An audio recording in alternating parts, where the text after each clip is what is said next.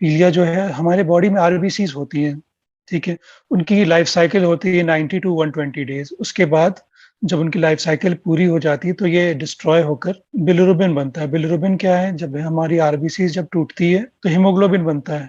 फिर हमारी लिवर या जिगर जिसे कहते हैं, उससे मेटाबॉलाइज़ करके बिलिरुबिन की शक्ल देता है। ये नॉर्मली बिलिरुबिन जो है हमारे पेशाब के रास्ते और हमारे आंतों के रास्ते बाहर चल निकल आता है। लेकिन जब किसी इसी रास्ते में कहीं अगर दिक्कत हो जाती है, जैसे अगर जिगर में कोई प्रॉब्लम हो गई या फिर आरबीसीज़ बहुत ज़्यादा ब्रेक डाउन हो गए, तो इसकी वजह से ये बिलिरुबिन एक्सेस में बन जाता है, जो कि निकल नहीं पाता। तो ये जो है बिलिरुबिन डिपॉज़िट होता है various body parts like skin और आपके आइज़ में। इसीलिए सबसे पहले जब हम नोटिस करते हैं, तो कहते हैं कि बच्चों की आँखें पीली है, पीली लग रही है। तो इसे कहते हैं पीलिया या जॉन्डिस। हम आमतौर पे जॉन्डिस इसे रेफ़र करते हैं। अगर देखा जाए तो वजह बहुत सारी है। न्यूबॉर्न्स या जो हमारे बेबीज़ होते हैं, उनकी वजह अलग होती हैं और बड़े बच्चे होते हैं, उनमें वजह सब अलग होती हैं। न्यूबॉर्न्स में अगर हम अक्सर पीलिया देखते हैं जो कि हफ़्ते 10 दिन में सेटल करके ठीक हो जाता है। तो ये नॉर्मल है। ये क्यों होता है? क्योंकि उनकी आरबीसीज़ जब पैदा होता है, उसके बाद कुछ उनके फ़ीटल आरबीसीज़ होते हैं जो कि डिस्ट्रॉय होकर होते हैं तो फिर थोड़ा-सा पीलिया होता है। कभी-कभी मदर और बेबी का ब्लड मिसमैच की वजह से भी ये पीलिया होता है। ज़्यादातर खतरनाक नहीं होते और बाकी जॉन्डिस किस वजह से होता है और बड़े बच्चों में किस वजह से होता है? जॉन्डिस का सबसे कॉमन वजह जो हमारे इंडिया में है, वो है हेपेटाइटिस। कुछ वायरसेज़ हैं जो ये हेपेटाइटिस कराती हैं, कुछ इन्फेक्शंस हैं जो ये कराती हैं, जिनमें वायरस सबसे कॉमन है। आपने नाम सुना होगा हेपेटाइटिस ए, हेपेटाइटिस बी। उसके बाद कभी-कभी जैसे बताया कि अगर आरबीसीज़ बहुत ज़्यादा डिस्ट्रॉय होने लगे, ये किसी भी वजह से हो सकता है। कुछ तरह की एनीमियाज़ होती हैं, एनीमियाज़ बोले खून की कमी होती है जिसमें बहुत ज़्यादा आरबीसीज़ डिस्ट्रॉय हो जाएँ, तो वजह काफ़ी है और कभी-कभी होती है लिवर में आपकी प्रॉब्लम है, लिवर अपना काम सही से नहीं कर पा रहा है, जैसे सिरोसिस बीमारी होती है उसे कहते हैं। तो वजह काफ़ी है और इनफैक्ट कभी-कभी सेप्सिस कॉमन सेप्सिस में भी जॉन्डिस देखने को मिलता है हमें। सबसे ज़्यादा जो अफ़ेक्टेड बच्चे जो होते हैं वो होते हैं नॉर्मली द टॉडलर और टॉडलर से बड़े एज में यानी 3 से 7-8 साल में। जबकि ये एज किसी को भी अफ़ेक्ट कर सकता है। बट इस एज ग्रुप में ज़्यादा देखने को मिलता है क्यों? इनमें ज़्यादा इन्फेक्शन को कैच करने की पावर ज़्यादा होती है। बट रिसेंट वैक्सिनेशन वगैरह की वजह से बहुत ज़्यादा कॉमन था जॉन्डिस, अब काफ़ी डिक्रीज़ हो गया है इनका इंसिडेंस। सबसे पहली शिकायत होती है कि बच्चा बिल्कुल सुस्त हो जाता है, थकावट बहुत जल्दी ही थक जाता है, दौड़ना-भागना कम कर देता है। इसके अलावा भूख लगना बिल्कुल कम हो जाती है। इसके अलावा वो बच्चा जो है वॉमिटिंग वगैरह की भी शिकायत मिलती है और स्टार्टिंग में बच्चे को फ़ीवर हो और पेट में दर्द बताए, ख़ासकर राइट साइड के अपर एब्डोमेन में, छूने पे अगर दर्द होता हो, तो हम जॉन्डिस की तरफ सोचते हैं। मोस्टली जो है वायरल हेपेटाइटिस होती है that are acute in presentation कि आपको अफेक्टेड हुआ कुछ दिन राइज़ हुआ, उसमें हम क्या करते हैं, हम उन वैसे बेबीज़ को मॉनिटर करते हैं, फ़ॉलो-अप पे रखते हैं कि कैसे-कैसे उनका बिलिरुबिन डाउन होता है और लिवर एंजाइम्स मेज़र करते रहते हैं।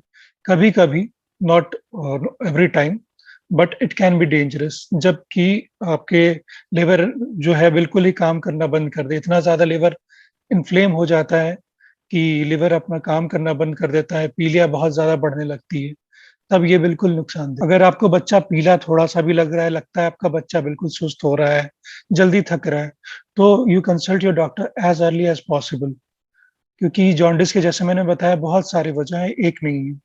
तो could be due to many other causes जिसे हम इन्वेस्टिगेट करते हैं और रूल आउट करते हैं। मोस्ट कॉमन जो है वायरल हेपेटाइटिस से मिलता है, जो कि 90% ऑफ द केसेज़ खुद से रिज़ॉल्व कर जाता है। और कुछ डेंजरस केसेस भी होते हैं जिन्हें हमें रूल आउट करना ज़रूरी है। पर अगर आप इलाज कर रहे हैं, कई बार हम ये इन पेशेंट्स को एडमिट नहीं करते हैं। हम घर पे ही भो भेजते हैं, बोलते हैं बेड रेस्ट करे बच्चा और जो कुछ डाइट स्पेसिफिक डाइट बताते हैं। उन्हें कुछ रेड फ्लैग समझा के भेजते हैं कि अगर ऐसा कुछ हो, तो आपको वेट नहीं करना है, फ़ौरन ही आपको बच्चे को लेकर अस्पताल आना है। सबसे पहला रेड फ्लैग साइन अगर बच्चा आपका बिल्कुल ही सुस्त होता हो जाता है और बात करना बंद कर देता है, बिल्कुल ही ढीला पड़ जाता है, बेड से बिल्कुल नहीं उठ पा रहा। दूसरी चीज़ बातें बहकी-बहकी करनी शुरू कर दे। यानी आपसे बातें ऐसी करे ल जो लगता नहीं कि ऐसे नॉर्मली कभी ऐसा करता था या बहुत चिड़चिड़ापन आ जाए, चीख-चिल्लापन ये सब करे, तो ये सब डेंजरस साइन है। जब भी ऐसे अगर नौबत आती है तो फ़ौरन ही अस्पताल जाना। और जैसे भी बच्चा हमें पीलिया के लिए आता है, तो हम कुछ इन्वेस्टिगेशन कराने के बाद उसे कुछ एडवाइस देते हैं। सबसे इम्पोर्टेंट एडवाइस है रिगार्डिंग रेस्ट। हम बच्चे को मतलब एडवाइस करते हैं कि इस दौरान बच्चे को बेड रेस्ट कराना, ज़्यादा बहुत भागना-फिरना नहीं है या फिर उसको अगर स्कूल जा रहा है तो उससे रोकते हैं कि कुछ दिन घर पे रहे। और उसके अलावा डाइट पे भी ध्यान देते हैं। डाइट में जैसे तेल मसाले वाली चीज़ें, चिकनी चीज़ें, जिसमें लिवर का काम बढ़े, ऐसा खाना ना लें। So best is conservative management. Just हम बच्चे को मॉनिटर करते हैं। जैसे हमने घर भेजा उसे कुछ मेबी मल्टीविटामिन्स वगैरह देके उसके बाद हम फिर फ़ॉलो अप करते रहते हैं। उसे 1 हफ्ते बाद बुला लिया, फिर उसके एंजाइम्स चेक किए, लिवर एंजाइम्स चेक किए और बिलिरुबिन चेक किया। तो उसमें हम चेंजेस देखते हैं, मॉनिटर करते हैं। मोस्ट ऑफ द केसेज़ में 4 टू 6 वीक्स में बिल्कुल ही आराम हो जाता है। इनफैक्ट 2 वीक्स में आपको इम्प्रूवमेंट दिखना शुरू हो जाता है। सीवियर केसेज़ में अगर बच्चा जैसे मैंने आपको रेड फ्लैग साइन्स बताए कि बच्चा बात नहीं कर रहा है, मुँह से कुछ भी लेना बंद कर दिया है, बिल्कुल ही ऐसी हालत है कि कुछ कर नहीं सकते। उस समय हम बच्चे को एडमिट करते हैं जब जो हेपेटिक एन्केफेलोपैथी कहते हैं। उसमें हमें दवाइयाँ चढ़ानी पड़ती हैं। और लिवर ऐसा ऑर्गन है हमारी बॉडी का हर चीज़ कंट्रोल करता है। शुगर कितना होना चाहिए, कितना नहीं, लिवर को सब पता है। तो लिवर जो है क्योंकि पूरे ऑलमोस्ट सारी बॉडी का मेटाबॉलिज़्म चेक कर रहा है, तो अगर आपकी लिवर में प्रॉब्लम आएगी तो नो डाउट सारी मेटाबॉलिज़्म गड़बड़ होगी, इसलिए हमें मॉनिटर करके फ्लूइड वगैरह भी फ्लूइड, एंटीबायोटिक जो भी सब कुछ देना पड़ता है। अगर आप डाइट को बहुत ज़्यादा तेल मसाले वाली चीज़ें बिल्कुल अवॉइड कराएँ।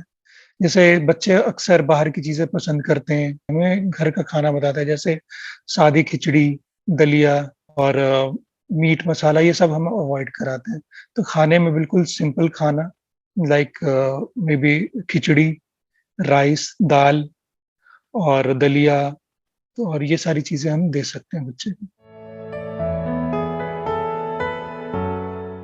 प्रिवेंशन का सबसे अच्छा जो तरीका है हमारे पास, जो अब अवेलेबल है, जो शायद पहले अवेलेबल नहीं था, that is vaccination. Hepatitis B के लिए हम बर्थ पे ही वैक्सीनेट करते हैं। हेपेटाइटिस ए पहले अवेलेबल नहीं था, लेकिन लास्ट 4-5 ईयर से हेपेटाइटिस ए भी अवेलेबल है। उसके लिए भी हम वैक्सीनेट कर सकते हैं। तो vaccination is the best prevention. तो क्योंकि ये हेपेटाइटिस वगैरह जो फैलता है, ये फैलता है फीको-ओरल रूट से यानी खाने-पीने से। अगर अगर हमारा खाना संक्रमित है या पानी संक्रमित है, तो उससे ये हो जाता है हमें। तो हमें अपने खाने का केयर करना है कि खाना जो है वो हमें पौष्टिक मिले, फ्रेश मिले और जहाँ से भी पानी वाटर की सप्लाई हमारी आ रही है, उसको हम चेक करें वो सही से फ़िल्टर्ड है या नहीं है। तो इन सब चीज़ों का हमें ध्यान रखना है।